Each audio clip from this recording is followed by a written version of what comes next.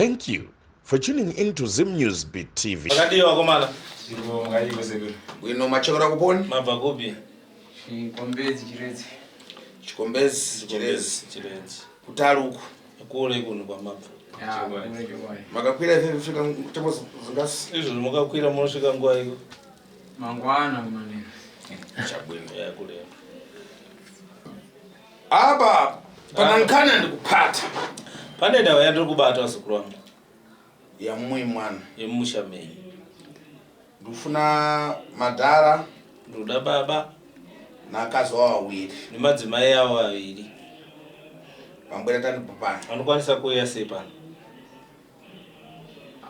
Sendoranga ndiziti. Tambotara nawo. Wati tani? Vati kudii? Aritaura nyanzi yemari kuti mari dzacho hadzisi kubatira. Iwewe muzukuru wangu. Maiguru wako akanotsvaga mankwara kumaripati. Maiguru wako akanotsvaga mushonga kunonzi kumaripati. Ukafika pakukudzongesa. Ndo wakasvika pakukukanganisa kuita zvakakaita. Uchite madzamu. Kuti uite mazamu echidzimai. Yaonaya. Aunaya. Asinkani. Asi nawi. Bwino sutura kuti bwino mfuna kumayangana. Chisunura toni. Akumaona.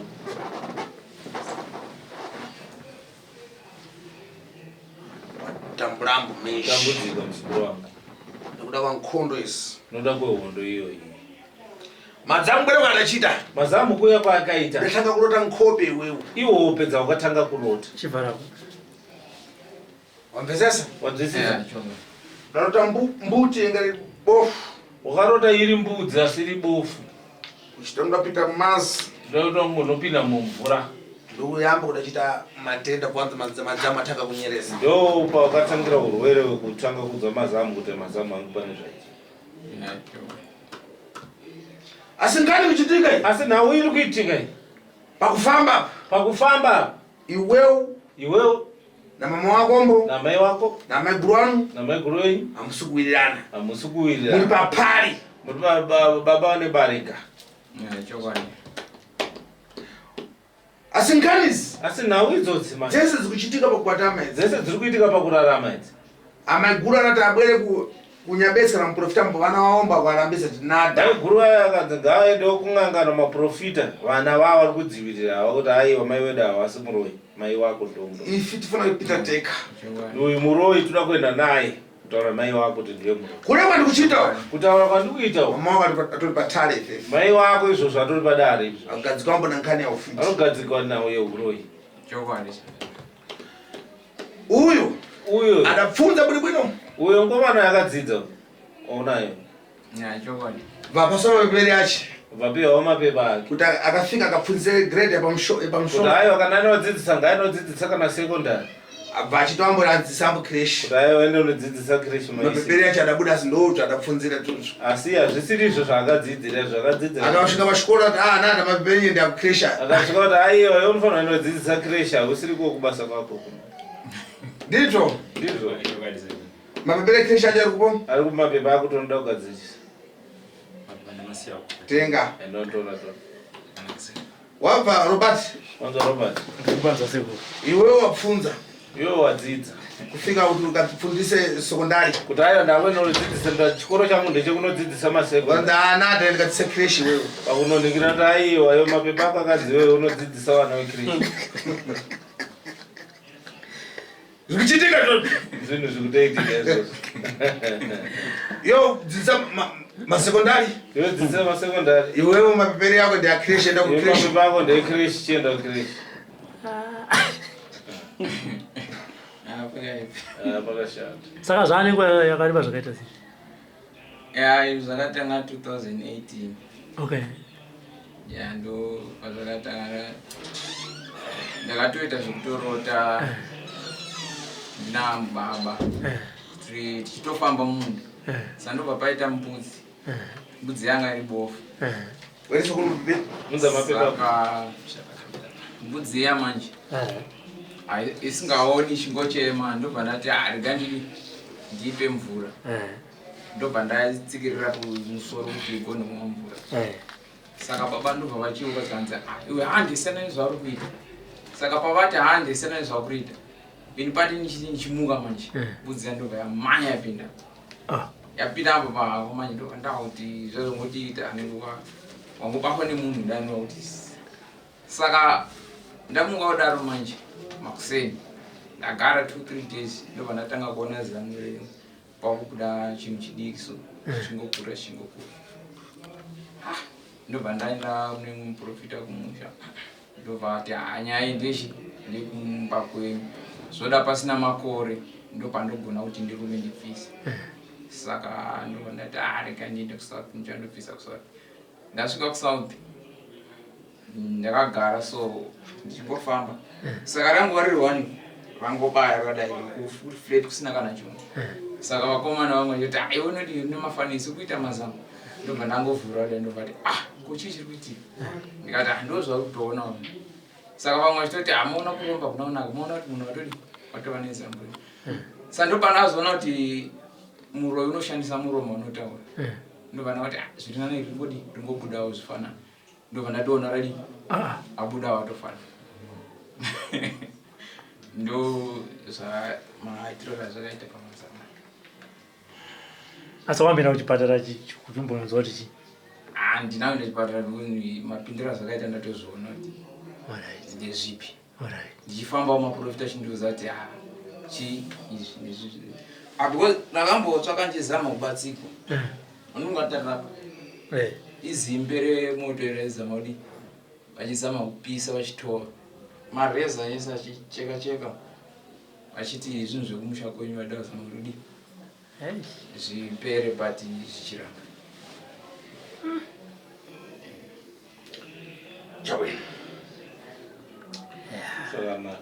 uiona tanikani uiona sena uyo afunza kuti bwino uyo akadzidza zvakanaka muchikoro mapeperi akuti adzidze sekondari mapepa ekuti adzidzise sekondari akubwera kuti akadzidze creche vakumpa mapepa kuti adzidzise creche purpose mhepo dzemucheti zikuchitika zviri kuitika zvese kana kufunza kuti bwino akupaswa mapeperi ati iwewe akafika pachikoro mapeperi akatsvaga ntchito ashanda mapepa akatsvaga basa mkuru wachikoro ule mkuru wechikoro wacho akapata so akaleri akavaverenga so iwe kukutsvaga chanipo pano kokutsvagei pana pita kucreche ukafundisa creche unodzidzisa vana vecreche unzviona tani zvozvo ukuzviona sei zvinchita mpepo zvinoita saka udzisa creche no handizodzidzisa because hatina kutrainwa creche oya saka creche inototi nedzei kana vasina kuitraina saka uchichita tani bopera kuti ndeyacreche ndecreche pane imwe private school but basa racho rakabva rapera saka izvi zvandana pokutangira izvi funa kutsudzula ndakusimungura zvimari zviperi urege kufundisa creche urege kuita mabingo ecreche nakufunza kusvika utachita chikoro nemadzidziro akataisa kuchikoro uchipita kuchikoro zvese uchipita enda kuchikoro zvese kusvika zvamara wakupaswa mupeperi na mushini kukanganisa kunemba kuti mushini wakukanganisa kunyora wakuti munhu ndo kudzidzira creche iwe uchidzidzisa sekondari watoda kuda mpepo kunja wazvona kuti kune muroi kakunzo amvhiringize basi anenge achingovhiringidzwa chete zvinoda kuti zvovhiringidzwambo zvoda kufamba zvakanaka zvobva zvavhiringidzwa wakupita creche wakuenda kucreche apana creche kutanga kumufundisa tano kusokoneza ambo anzi mwana wacreche kutanga kumudzidzisa sei kunetsa creche mafunika kwete achimamuna yafanira kudzidzana akazi creche ndevakadzi varume chokwadi anoda vakadzi creche chabwino zvakanaka muzviti wangu masetsambo chakunakizambo aseka dzikuchitika mapeperi acho ngomashi aya mapepa bwinofuna kulewa naye mashi iwe leva tv zvikuchitika zvikuitika zvinizvo makwana muna kusetsapo kuna mpepo kunja mhepo dzakazara dzidawandisa mishi dzakawanda zvoyo bwino aba yotakuta kuchita go back center dzuro ndaramba muchita go back center ya baba ndakuita go back to center saka pamabwere mama kuti vauye ana mai vanhu varoi vese vauye madzamasi madzamu chagadzisa moti zvimari asi mazamu chagadzisa kuti zviperi ondesesa chabwino iwe wazvipirambo kuti bwino wazvipira mushe mushe Anda. Iwo crash wazvipirambo. Wazvipira ngomana. Crash. Chabwino. Ende chimwe chandasirira panya yemazama aya. Pane munhu wehama ndorota achiyama mazama. Ndonkana ndakuchita bosi nkana kutoitira mama wako ana mwana akutoshandisa mbono chitata kudati. Mai wako wana mwana wakatoshandisa pana wiyo. Ndiri. Ende pane mumwe futi munhu wehama kuti ndo ndikarota nchinonga gold naye anouya wachinonga. Ndikarota nchinonga gold naye anouya wachinonga. Saka ndichifamba mumaprofita ndikachindudza kuti iwe tikuona une basa rekuita rekudrive kuti driver chizvana. Asi pane mumwe munhu konyakadi akaenda kunganga kotora kuti akutorere basa rino kuti usariitire rake. Saka ndo munhu futi andorota achiti pandononga gold iye anouya achinongawo. Achibuya futi achindamwa mazama. Achida futi kuti pashuya zvinhu zvindaundirari futi zvindicha mukadzi. Ndopana nkani. Ndopana nyaya. Rekati kuthandise mdzimari. Rekachirwa I go back to sender straight. Chabwino. Kuda sera ndiwedzerewo nebadi. Leo. Ina hangu ndinowanza kutaura kuti badi ndinokanganwa kazhinji kacho. Badi pana dzimwe dzakazondivhundutsa manje ndakati ndamuka ndichindanonoka kwekuti ndakuenda kubasa paya paya. Ndamanya kuti kanditore tai ndisunge ndimhanye kugloves. Tai iri mumaoko manje ndobva yachinja yaita nyoka. Ndoti tai yavanyoka futi. Ndakatorovera pasi tai iya. Badi ndakazomuka ndichiri kurovera pasi tai iya mimi ndakazoperawo sei. Chabwino pana nkani dzikuchitika mbono chitaka dushu. Ndoti munhu wego back to sender zikurangu ndoti zvinhu zvenyu zvigadzirisika nditi. Chabwino. Sasa sununguka zvinyu ndichagadzirwa go back to sender. Masvitsa. Wakadiwa komana. Chiro ngaiwe sekuru. Bwino machokora kuponi? Mabva kupi? Chikombezi chiredzi. Chikombezi chirezi. Chiredzi. Kutaluku. Kule kuno kwa mabva. Makakwira ife kusvika tembo zingasi. Izvo mukakwira munosvika nguva iko. Mangwana mane. Chabwino ya kule. Apa pana nkana ndikupata. Pane ndawa yandiri kubata wasikuru wangu. Ya mumwe mwana. Yemushamei. Ndufuna madhara. Ndoda baba. Nakazi wawiri. Nemadzimai avo vaviri. Pambwera tani papana. Vanokwanisa kuuya sei pano? Sendoranga ndiziti. Chambotaura nawo. Wati tani? Vati kudii? Varitaura nyaya dzemari kuti mari dzacho hadzisi kubatira. Iwewe. Iwewe muzukuru wangu. Maiguru wako akanotsvaga mankwara kumaripati. Maiguru wako akanotsvaga mushonga kunonzi kumaripati. Ukafika pakukudzongesa. Ndo wakasvika pakukukanganisa kuita zvakakaita. Uchite madzamu. Kuti uite mazamu echidzimai. Yaonaya. Aunaya. Asi nkani? Asi nhau iyi. Bwino sutura kuti bwino funa kumayangana. Chisunhura toni takumaona.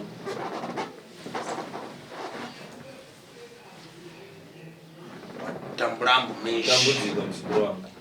Ndokuda kwankhondo isi. Noda kwehondo iyoyi. Madzamu bwere wakachita. Mazamu kuya kwaakaita. Ndatanga kurota nkhope iwewe. Iwo pedza wakatanga kurota. Chivhara. Wamvesesa? Wadzisisa. Ndarota mbuti ingari bofu. Wakarota iri mbudzi asi iri bofu. Uchitanga pita mazi. Ndoda munopinda mumvura.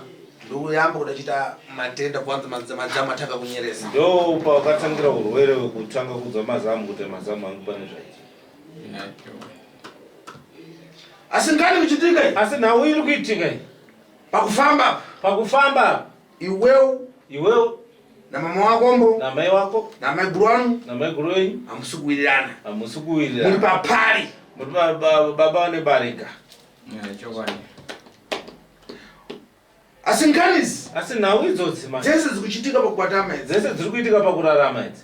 Amaiguru anati abwere kunyabetsera muprofita vana vaomba kuarambisa tinada. Maiguru aya akanzi ngaaendewo kung'angana maprofita vana vavo vari kudzivirira hava kuti aiwa mai wedu havasi muroi mai wako ndombo. Ifi tifana kupita teka.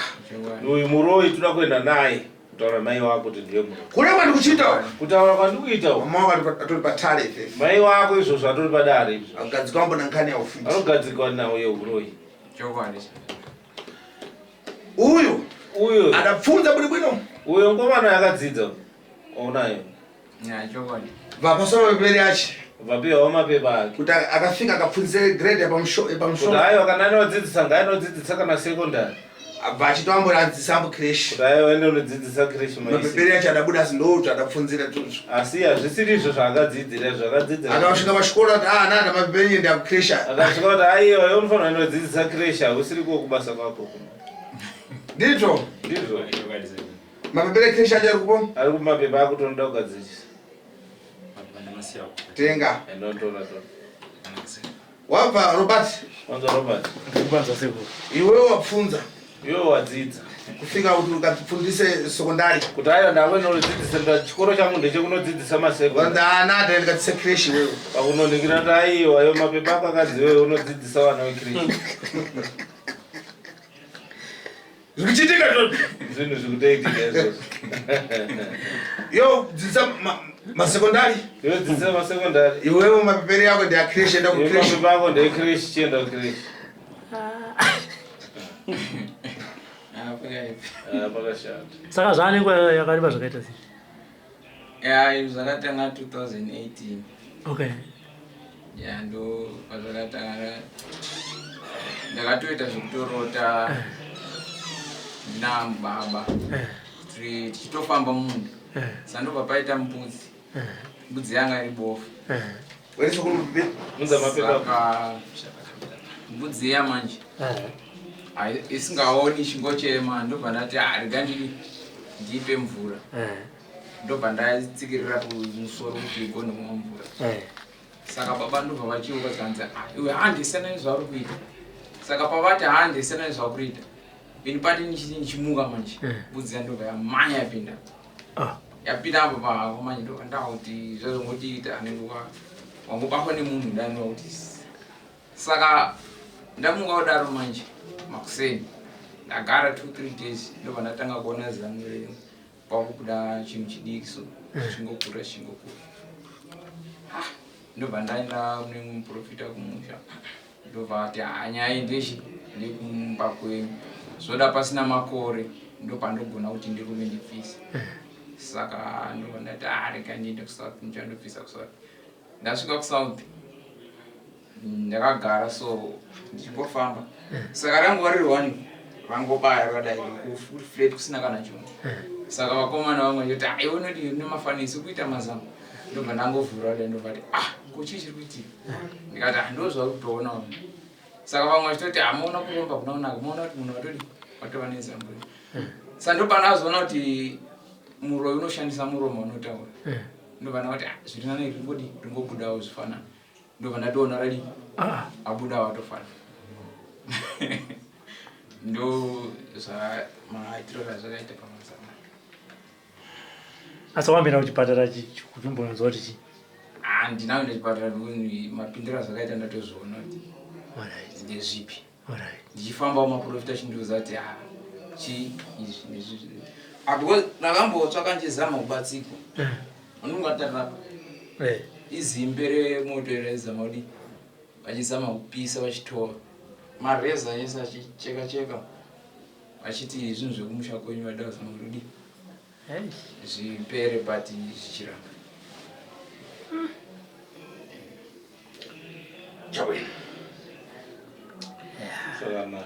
Uiona tanikani? Uiona sei nawe?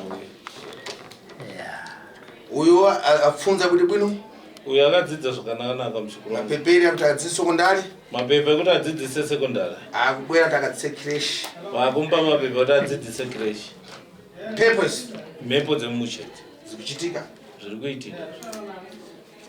Zvese ukadafunza kuti bwino akupasa mapepere ati iwewe akafika pachikoro mapepere akatsvaga ntchito. Ashanda mapepa akatsvaga basa. Mkuru wa chikoro ule? Mkuru wa chikoro wacho. Akapata so akaleri? Akavaverenga so. Iwe kukutsvaga chani popano? Kukutsvagei pana? Ita kucreche ukafundisa creche. Unodzidzisa vana vecreche. Unzviona tani zvozvo? Ukuzviona sei? Zvinchita mpepo. Zvinoita mhepo. Saka udzidzisa creche. No, handizodzidzisa nguva. Because hatina kutrainwa kucreche. Creche oya. Saka creche inototi nedzei kana usina kuitraina. Saka uchichita tani? Bwepera kuti creche. Mapepa ndecreche. pane imwe private school but basa takabva rapera la Alright. saka izvi zvandanga napokutangira izvi Funa kutsudzula. ndakusimungura unatenda sekocho Zvimare. zviperi Urenge kufundisa kireshi. urege kuita mabindu ekresha Nakufunza kusika uchita chikoro. nemadzidziro akataisa kuchikoro Uchipita kuchikoro zvese uchipita. enda kuchikoro zvese kusvika pakosvika Zvamara wakupaswa mbeperi na mshini kukanganisa kunemba kuti ampinde. muchini wakanganisa kunyora wakuti munhu ndo kudzidzira kreshi iwe uchidzidzisa sekondari zvakaoma Wazvera kuti ampepo kunja. wazvona kuti kune muroyi kakunzo Amvhiringize basi. anenge achingovhiringidza chete Zvino kwata kuti zvivhiringizwambo. zvoda kufamba zvakanaka zvobva zvavhiringidzwa Wakupita crash. wakuenda kukireshi Apa na crash mtaka kumfundisa tano kusokoneza ampo. anzi mwana wakireshi kutanga kumudzidzisa sei kunetsa Crash mafunika kwete achimamuna yafuna kudzona akazi. kreshi ndevakati varume chokwadi anoda vakadzi Chakwini. zvakanaka muzviti wangu Masetsambo chakunakizambo. aseka Dzikichitika kaizvi. Mapeperi acho ngomashi. aya mapepa Bunifuna kulewa naye mashi. Iwe leva TV. Zvikuchitika. zvikuitika zvinhu izvo Makwara muna kusetsambo. Kuna mpembo kunja. mhepo dzakazara kunze Dzidawandisa mishi. dzakawanda zvoyo Bwino, zvakasiyana aba yota kuputa kuchita go back center. Dzona ndaramba muchita go back center ya. saka ndakuita go back to center saka Vapwere mama. kuti vauye ana mai vanhu varoyi vese vauye Madzamu chagasa moto zvimari. asi mazamu chagadzisa kuti zviperi Ondesesa. andisese Chabwino. Iwo wazvipirambo kuti bwino. wazvipira mushemushe ana Iwo crash wazvipirambo. wazvipira wakomana wekreshi Chabwino. ende chimwe chandasiyirira panyaya yemazamu aya Ndela ati pane munhu wehama ndoroti achiyamwa mazamu ndongana ndakuchita bosi Ndonda kutoitira go mama back to wangu center. ana wangu akutoshandisa mbondo chitata kudati. amai vako ava vana vamwe vanhu vakatoshandisa panhau iyoyi ndiri ende pane mumwe futi munhu wehama wekuti ndikarota nchinonga gold naiye anouya wachinonga ndikarota nchinonga gold naiye anouya wachinonga saka ndichifamba wamaprofita ndingachindudza kuti iwe tikuona une basa rekuita rekudrive kuti driver chizvana asi pane mumwe munhu wekonyakadi akaenda kun'anga kotora kuti akutorere basa raro kuti usariitire rake saka ndo munhu futi wandorota achiti pandononga gold iye anouya achinongawo achiuya futi achindamwa mazamu achida futi kuti pachiuya zvinhu zvinda kundirari futi zvindichamukadzi Ndopana nkani. ndopane nyaya Rekati kuthandise ndimari. rega chiro waigo back to center zviperi Chabwino. kuda sera ndiwedzerewo nebadi Leo. ine hangu ndinowanza kutaurwe but ndinokangamwa kazhinji kacho but pane dzimwe dzakazondivhundutsa manje ndakati ndamuka ndichindanonoka kwekuti ndakuenda kubasa paya paya ndamanya kuti kanditore tai ndisunge ndimhanye kugravs tai yairi mumaoko manje ndobva yachinja yaita nyoka tai yavanyoka futi takatorovera pasi tai ya but ndakazomuka ndichiri kurovera pasi tai ya mine kuti takazoperawo sei Chabwino pana nkani dzikuchitika mbondo chitaka dushu. ndinoti munhu wego back to center zvikuru wangu ndikuti zvinhu zvenyu zvigadzirisika nditi Chabwino. sasununguka zvenyu ndichagadzirirwa go back to center masvita